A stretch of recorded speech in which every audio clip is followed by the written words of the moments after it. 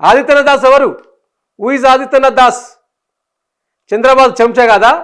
చంద్రబాబు బంటు కాదా? గత 2014 నుంచి 23 వరకు ఆంధ్రప్రదేశ్లో ప్రధాన కార్యదర్శిగా ఉండి నీళ్ల శాఖకు ఆయన రిటైర్డ్ కాగానే మళ్ళీ నువ్వు ఎప్పుడైతే ఎక్కినవో 10 సంవత్సరాల్లో కేసీఆర్ ఉన్నప్పుడు ఇక్కడ చూడలే Adityanath Dasu.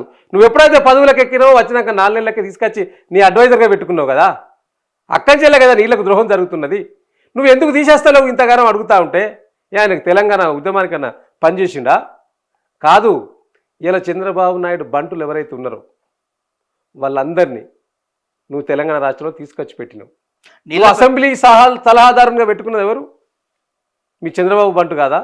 Administration college of India ఇక్కడ ఉంటుంది, దానికి ఇది రమేష్ నాయుడు అని తీసుకొచ్చి పెట్టినావు రిటైర్డ్ అయినాక. నేను చంద్రబాబు నాయుడు బంటు కాదా? ఆయన చాలామంది ఆఫీసర్లను చంద్రబాబు దగ్గర పనిచేసిన వాళ్ళందరినీ తీసుకొచ్చి తెలంగాణలో పెట్టినావు.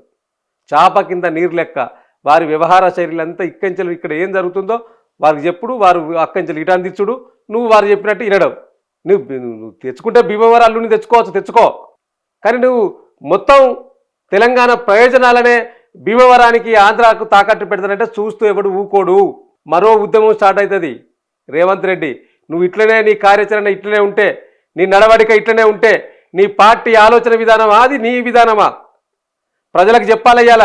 డెఫినెట్లీగా నీళ్ల మీద మరో ఉద్యమం రాబోతా ఉన్నది తెలంగాణ రాష్ట్రంలో. కాసుకో.